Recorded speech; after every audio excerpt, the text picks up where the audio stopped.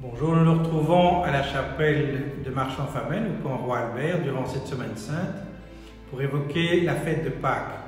Pour nous chrétiens, la fête de Pâques, c'est le sommet de notre vie chrétienne et de l'année liturgique.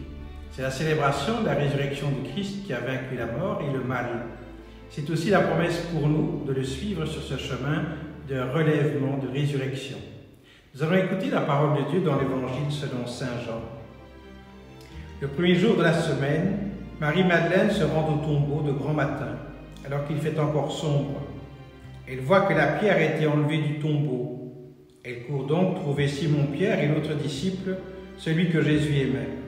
Et elle leur dit, « On a enlevé le Seigneur de son tombeau, et nous ne savons pas où on l'a mis. » Pierre partit donc avec l'autre disciple pour se rendre au tombeau. Ils couraient tous les deux ensemble, mais l'autre disciple courut plus vite que Pierre et arriva le premier au tombeau. En se penchant, il voit que le linceul est resté là. Cependant, il n'entre pas. Simon-Pierre, qui le suivait, arrive à son tour.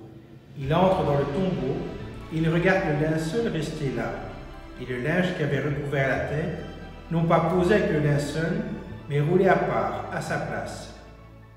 C'est alors qu'entra l'autre disciple, celui qui était arrivé le premier au tombeau. Il vit et il crut.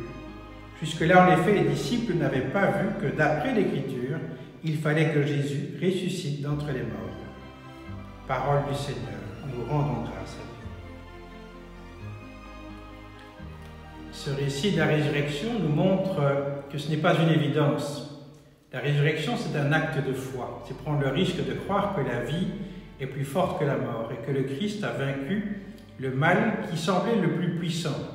Cet empire romain qui occupait le territoire, mais aussi une pensée qui allait vers la mort. Jésus a surmonté non seulement les épreuves, mais a apporté au monde un message de paix, de résurrection et de vie.